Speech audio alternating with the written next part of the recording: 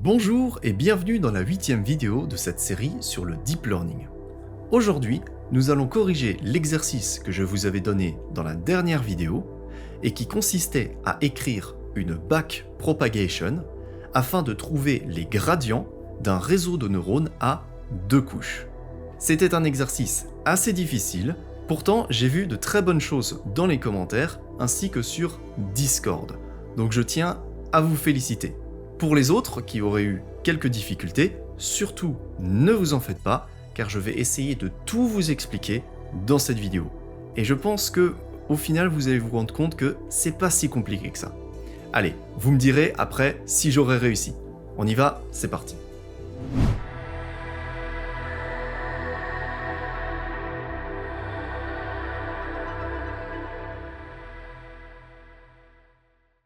Alors, avant toute chose, pour résoudre cet exercice, nous allons avoir besoin de toutes les formules qui constituent l'étape de la forward propagation. Donc, pour commencer, je vous propose de réécrire ces formules, ce qui va nous permettre au passage de faire un petit rappel de ce qu'on a vu dans la dernière vidéo. Donc, nous avons ici un réseau de neurones à 2 couches, au sein duquel on désire faire passer une matrice X de dimension n0 fois m, où n0 représente le nombre de variables de notre dataset et m le nombre de données. Alors ici, dans ce cas précis, nous avons 2 variables dans notre réseau, x1 et x2, ce qui fait que n0 va être égal à 2. Mais bien sûr, on peut travailler avec autant de variables qu'on désire, x3, x4, x5, tout ça n'a aucun impact sur les formules qu'on s'apprête à écrire. Alors, dans la dernière vidéo, nous avions vu que pour calculer les éléments de la première couche, on commençait par calculer Z1, qui est égal à W1 fois X plus B1, où W1 est une matrice de dimension N1 fois N0, et B1 est un vecteur de dimension N1 fois 1. Alors, dans tout ça, N1 représente en réalité le nombre de neurones de la première couche. Et N0, on l'a vu, c'est le nombre de variables, ou si vous voulez, le nombre d'entrées de notre réseau. Donc ici, dans ce cas précis, on peut dire que N1 est égal à 3, car nous avons 3 neurones. 1, 2, 3. On a donc W1 qui est de dimension 3,2 et B1 qui est de dimension 3,1. Et tout ça, c'est parfaitement logique, puisque 3 fois 2, ça fait 6, et on a bien 6 connexions à l'entrée de notre réseau. 1, 2, 3, 4, 5, 6. Et pour B1, eh bien, on a bien 3 billets. B1, B2, B3. Et ces 3 billets sont mis dans un vecteur de dimension 3,1. Donc voilà pour les paramètres W et B. Et tout ça, dans ce calcul, eh bien, ça nous donne une matrice Z1 de dimension N1, m. Alors encore une fois, c'est tout à fait logique, puisque c'est en fait une matrice dans laquelle on va avoir 3 lignes, une pour chaque neurone. Donc on a un nombre n1 de lignes, et on va avoir m colonnes ici, puisqu'on va avoir m données qui vont se propager dans ce réseau, donc chaque neurone va produire une séquence avec m valeurs. Alors pour ça, on peut encore en plus vérifier le calcul matriciel ici. W1 fois x plus B1, eh bien W1 est de dimension N1, N0. Je n'écris plus les crochets, ça nous fait gagner du temps. Et x est de dimension N0, m. Donc quand on effectue le produit matriciel de ces deux choses, le N0 s'en va et laisse place à une matrice de dimension N1, m, comme ce qu'on est censé obtenir ici. Le B1 est quant à lui de dimension N1,1, donc quand on l'additionne, N1,1, de par l'effet de broadcasting, dont on a déjà parlé dans la 5e vidéo de cette série, et vous en faites pas, on aura l'occasion d'en reparler aujourd'hui, eh bien, le 1 est, si vous voulez, étendu pour devenir un M, et pour couvrir l'étendue de toute la matrice qu'on a ici. Donc on a bien un résultat de dimension N1,m. Encore une fois, vous en faites pas, on va en reparler aujourd'hui, avec des dessins. pour ceux qui ne comprendraient pas ce qu'est le broadcasting. Donc voilà pour la matrice Z1. Maintenant, cette matrice, comme on l'a déjà vu, on peut la passer dans notre fonction d'activation, ce qui nous retourne une matrice A1 qui est elle aussi de dimension N1,M. Ce qui est logique, encore une fois, vu qu'on a 3 activations, A1, A2, A3, et que chaque activation produit une séquence de M valeurs. Donc c'est bien une matrice de dimension N1,M. Voilà donc comment calculer tous les éléments de la première couche de notre réseau. Ensuite, dans la dernière vidéo, on avait vu que pour calculer les éléments de la deuxième couche, eh bien, il fallait prendre la sortie de la première couche, donc l'activation A1, et l'injecter dans la formule de Z2, c'est-à-dire la formule qu'on retrouve à l'entrée de la deuxième couche de notre réseau. Donc on a Z2 qui est égal à W2 fois A1 plus B2, où W2 et B2, comme tout à l'heure, sont les matrices et les vecteurs qui contiennent les paramètres de la deuxième couche. Alors au niveau des dimensions, c'est exactement la même chose. Tout ce qu'on fait, c'est qu'on incrémente de 1 toutes les couches par rapport à ce qu'on avait tout à l'heure. Et donc, ça nous permet d'obtenir une matrice Z2 et A2 dont les dimensions sont N2,M. C'est exactement le même principe qu'au-dessus, donc on ne va pas refaire tout ça dans les détails. Alors maintenant, pour compléter notre forward propagation, il ne nous manque plus qu'une équation, c'est celle de notre fonction coût. Donc là, le principe est simple, on prend la sortie de notre réseau, c'est-à-dire A2, et on l'injecte dans la formule du log loss, ce qui nous retourne les erreurs de notre modèle. Et voilà, avec ça, vous avez donc toutes les équations qui constituent l'étape de forward propagation. Si jamais vous n'êtes pas au clair avec ce qu'on vient de faire, surtout n'hésitez pas à me poser votre question en commentaire et j'y répondrai avec joie, parce que c'est très important de bien comprendre toutes les étapes et toutes les formules de la forward propagation. Donc, à présent, nous allons pouvoir passer à la back propagation ou backward propagation. En français, ça signifie le retracement vers l'arrière. Parce qu'en fait, pour calculer nos gradients, eh bien, on part de la dernière formule, donc notre fonction coût. On calcule sa dérivée par rapport à la fonction qui la précède, c'est-à-dire la fonction d'activation. Puis on calcule la dérivée de la fonction d'activation par rapport à Z2, puis la dérivée de Z2 par rapport à W2. Donc en fait, on rebrousse notre chemin de la dernière équation jusqu'à Z2 ou jusqu'à carrément la toute première lorsqu'on veut calculer les gradients de la première couche.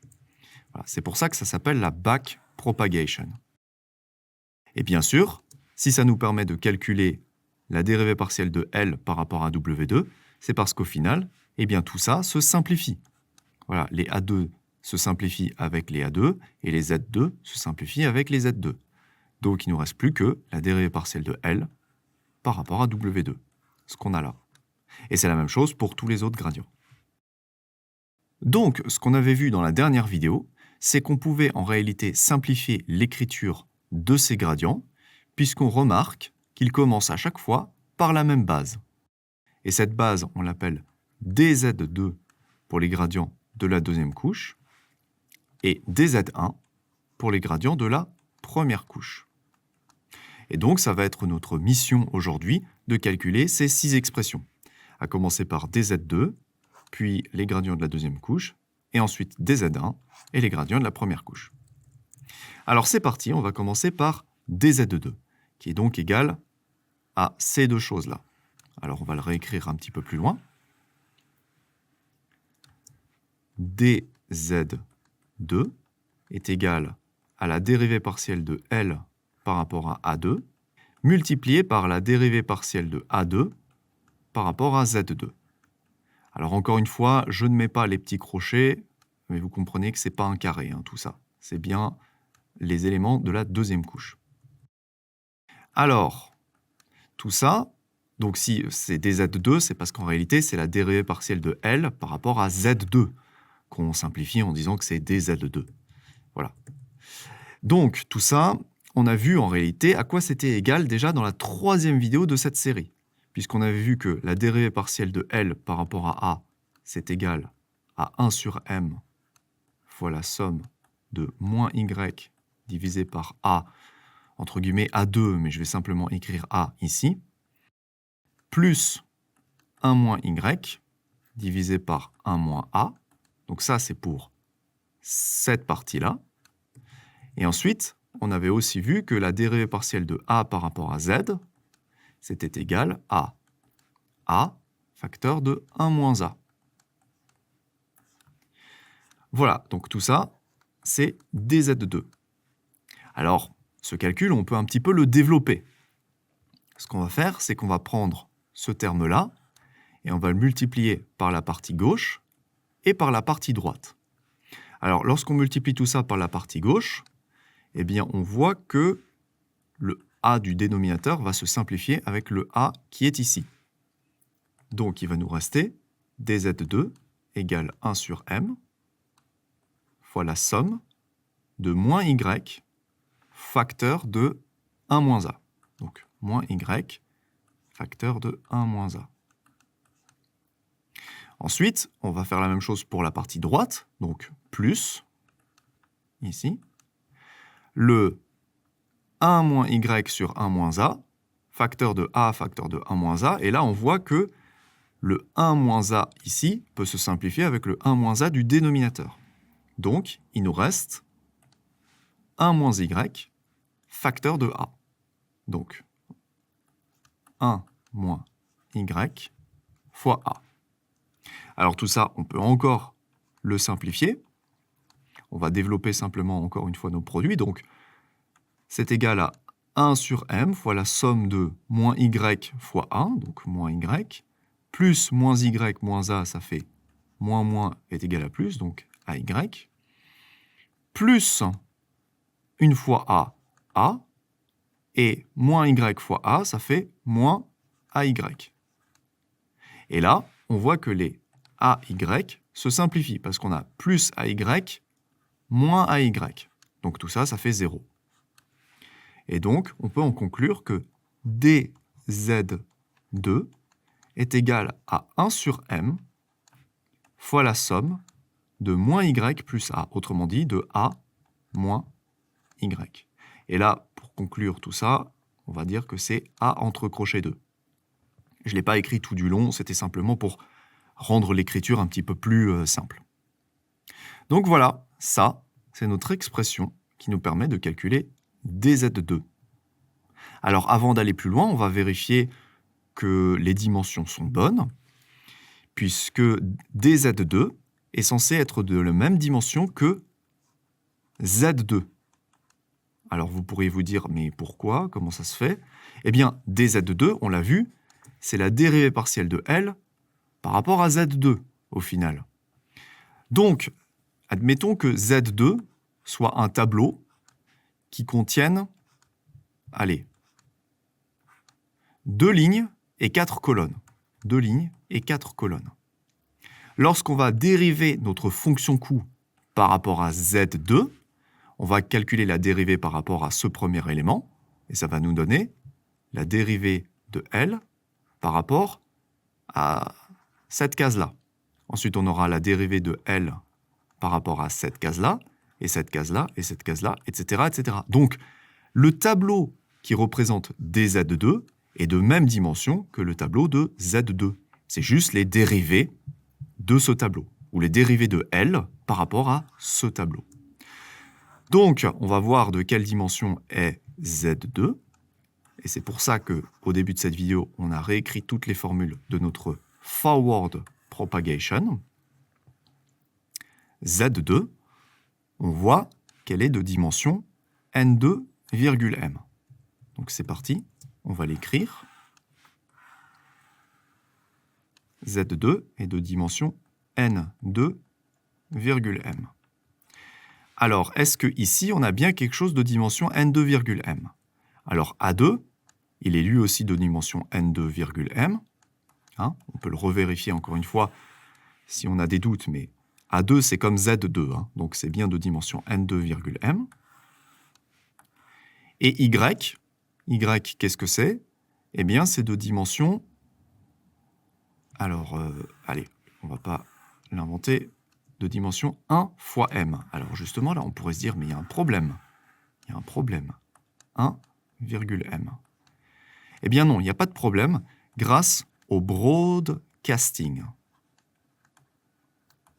Le broadcasting, dont on a déjà parlé sur cette chaîne YouTube, ainsi que dans la 5e vidéo de cette série. Le broadcasting, c'est une technique qui nous permet d'étendre les dimensions du tableau Y pour que celui-ci couvre les dimensions du tableau A. Alors comment ça fonctionne? Eh bien c'est très simple. Imaginons que notre tableau A fasse donc n de lignes, on va dire qu'il y a simplement 3 lignes, n2 est égal à 3, et ici on a m colonnes, donc plein de colonnes. Y, quant à lui, c'est un tableau qui contient une seule ligne et m colonnes. C'est là, 1,m. Eh bien, si on soustrait le tableau A2 au tableau Y, en réalité, c'est possible, puisqu'on peut très bien se dire, ah bah, ce qu'on va faire, c'est qu'on va prendre cette ligne et on va la soustraire à la première ligne, puis on va la soustraire à la deuxième ligne, et on va la soustraire, pour finir, à la troisième ligne. Et voilà. Donc on a bien fait une addition, une soustraction. Donc c'est ça le broadcasting. Ça nous permet de dire que finalement, Y, c'est comme s'il était de dimension n2,m. Donc tout ça pour dire qu'en soustrayant nos deux tableaux, le tableau A2 et le tableau Y, on obtient bien quelque chose de dimension n2,m. Alors pour ça, on va juste extraire le 1 sur m et la somme de notre formule et on l'intégrera un petit peu plus tard. Pour l'instant, on la met de côté. Parce que si on fait la somme de ces tableaux, au final, on n'obtient pas une matrice de dimension n2,m. On va peut-être obtenir quelque chose de dimension 1,m ou de dimension n2,1. Mais si on fait la somme des éléments d'un tableau, eh bien, ça réduit nécessairement la dimension de ce tableau. Donc le 1 sur m et la somme, on va les enlever pour le moment, mais on les réintégrera un tout petit peu plus tard. Donc, tout ça nous permet de conclure que dz2, c'est en réalité égal à a2 moins y. Voilà, la somme, comme j'ai dit, on la laisse de côté pour le moment. Et dz2, il est donc de dimension n2,m.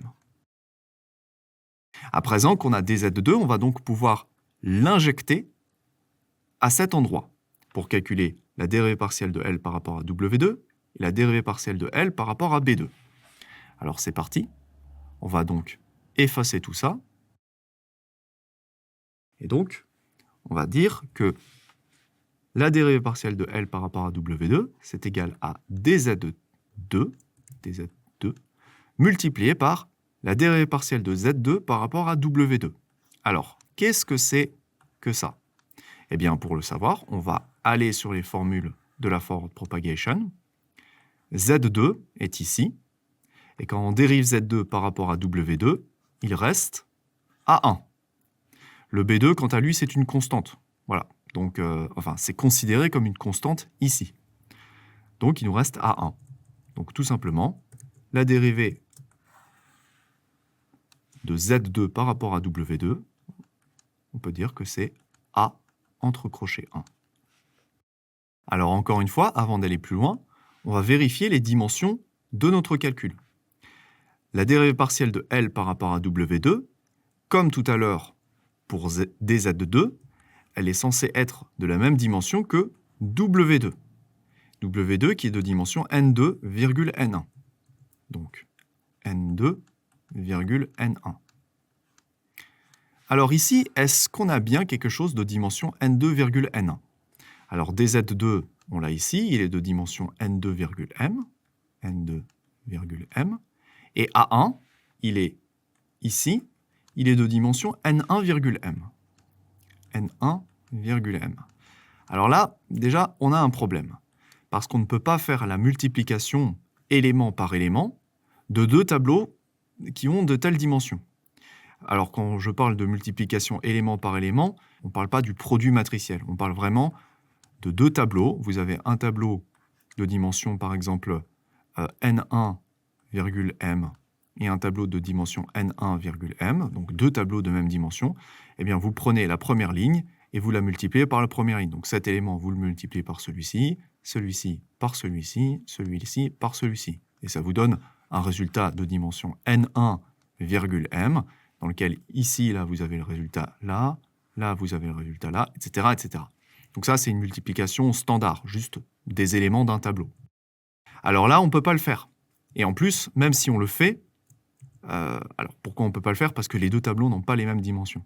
Mais même si on cherchait à le faire, bah, on ne tomberait pas sur les bonnes dimensions. Nous, on veut avoir quelque chose de dimension n2, n1. Donc ce qu'on va faire, c'est qu'en réalité, on va créer un produit matriciel et on va transposer la matrice A1. Parce qu'en la transposant, le M va passer de l'autre côté. Et donc, on va pouvoir faire s'envoler les M et on gardera quelque chose de dimension n2, n1. Alors, si vous ne me croyez pas, vous en faites pas, on va le faire. Donc, si je transpose A1, il est donc de dimension m, n1. Donc, les M disparaissent et on garde un résultat de dimension n2, n1, comme ce qu'on est censé obtenir. Donc, au final, le calcul correct pour la dérivée partielle de L par rapport à W2, c'est dz2 fois la transposée de A1. Ensuite, pour la dérivée partielle de L par rapport à B2, eh bien, on repart avec dz2. Et ensuite, on va multiplier ça par la dérivée partielle de Z2 par rapport à B2. La dérivée partielle de Z2 par rapport à B2.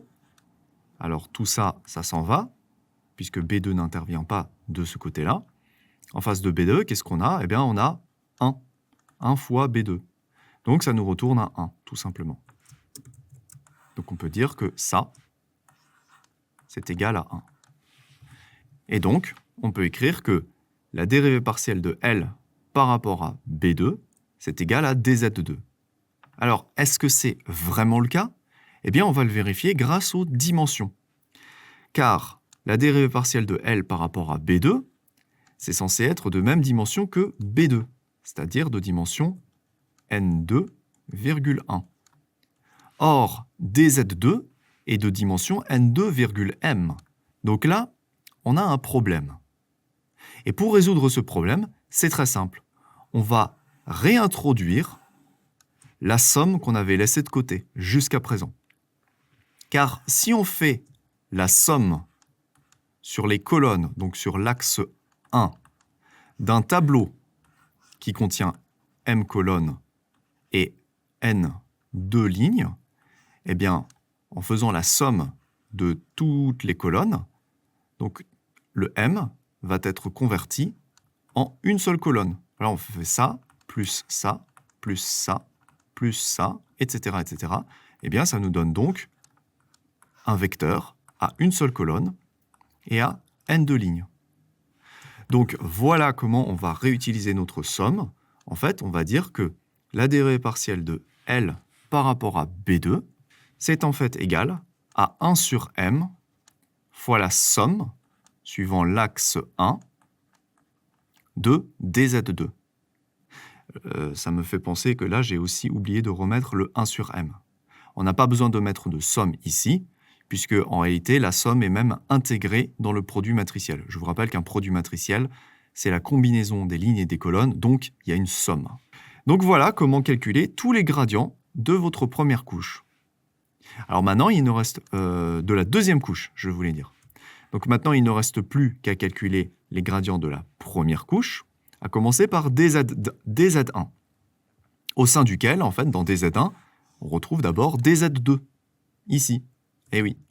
Donc dz1, c'est égal à dz2, multiplié par la dérivée partielle de z2 par rapport à A1. Alors qu'est-ce que c'est la dérivée partielle de z2 par rapport à A1? Eh bien, on retourne sur notre expression z2. Quand on la dérive par rapport à A1, qu'est-ce qui nous reste? Eh bien, W2. Donc, on va dire que ça, c'est W2. Et ici, la dérivée partielle de A1 par rapport à Z1, eh bien, c'est comme ce qu'on a vu tout à l'heure. Dérivée partielle de A par rapport à Z, c'est A facteur de 1 moins A. On l'avait fait dans la 3e vidéo de cette série. Donc, on peut dire que tout ça, c'est fois A1 facteur de 1 moins A1. Voilà. Alors, avant d'aller plus loin, on va vérifier que les dimensions de dz1 soient correctes. Donc, dz1 est censé être de même dimension que z1. Et z1 est de dimension n1, m. n1, m. n1. Donc, dz2 est ici de dimension n2, m. W2 est de dimension n2, n1. Et A1 est de dimension n1, m. n1, m. Donc aussi 1 moins A1. Tout ça est de dimension n1, m. Alors là, encore une fois, on a 2-3 petits problèmes de dimension. Nous, on veut avoir ça. Alors on le retrouve ici, le n1, m, mais on ne le retrouve pas ici.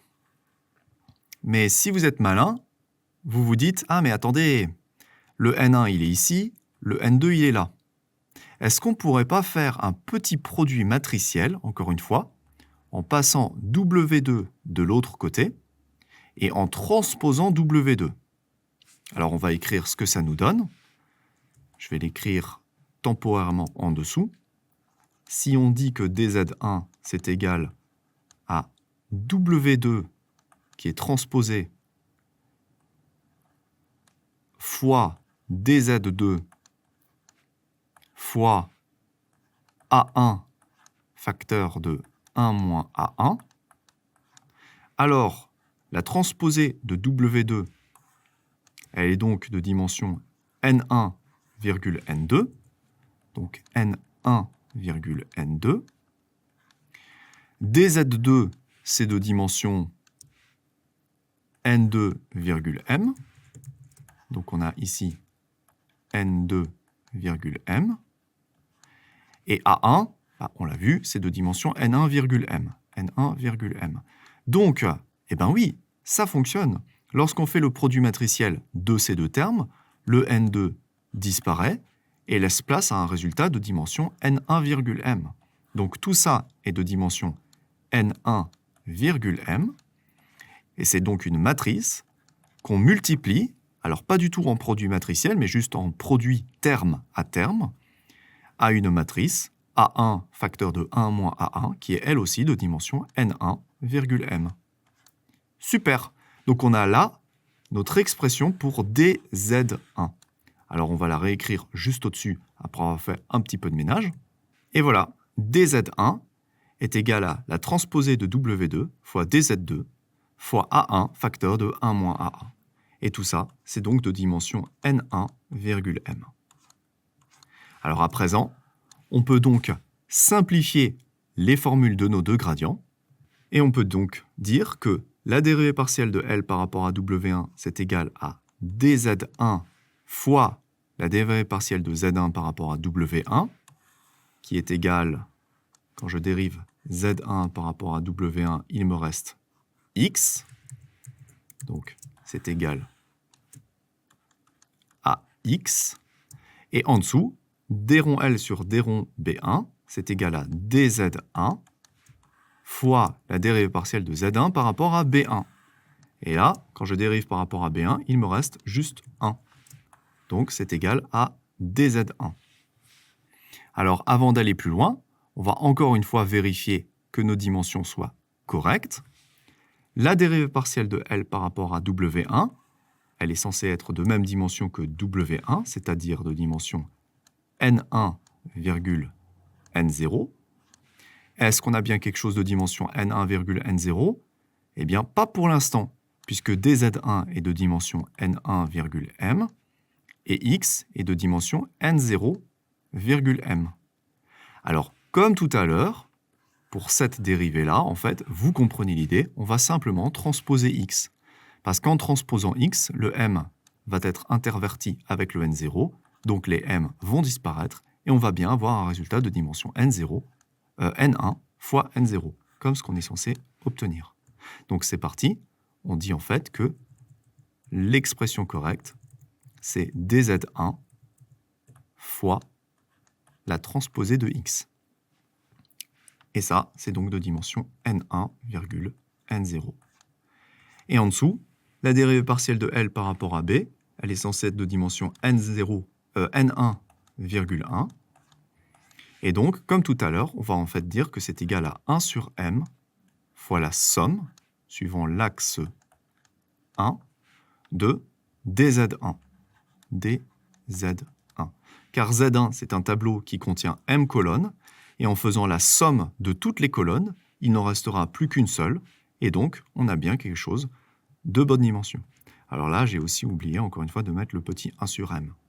Pourquoi on met à chaque fois sur 1 sur m? Puisque le 1 sur m fait à la base partie de la dérivée partielle de L par rapport à notre tout premier gradient. Puisque le 1 sur m, on le trouve ici. Voilà. Alors là, il y a le moins 1 sur m. En réalité, le moins, on l'a intégré ensuite dans la formule. Mais voilà, il ne faut pas oublier, à chaque fois qu'on calcule un gradient, de remettre le 1 sur m. Et voilà, nous avons donc ici nos 6 équations qui sont écrites au propre.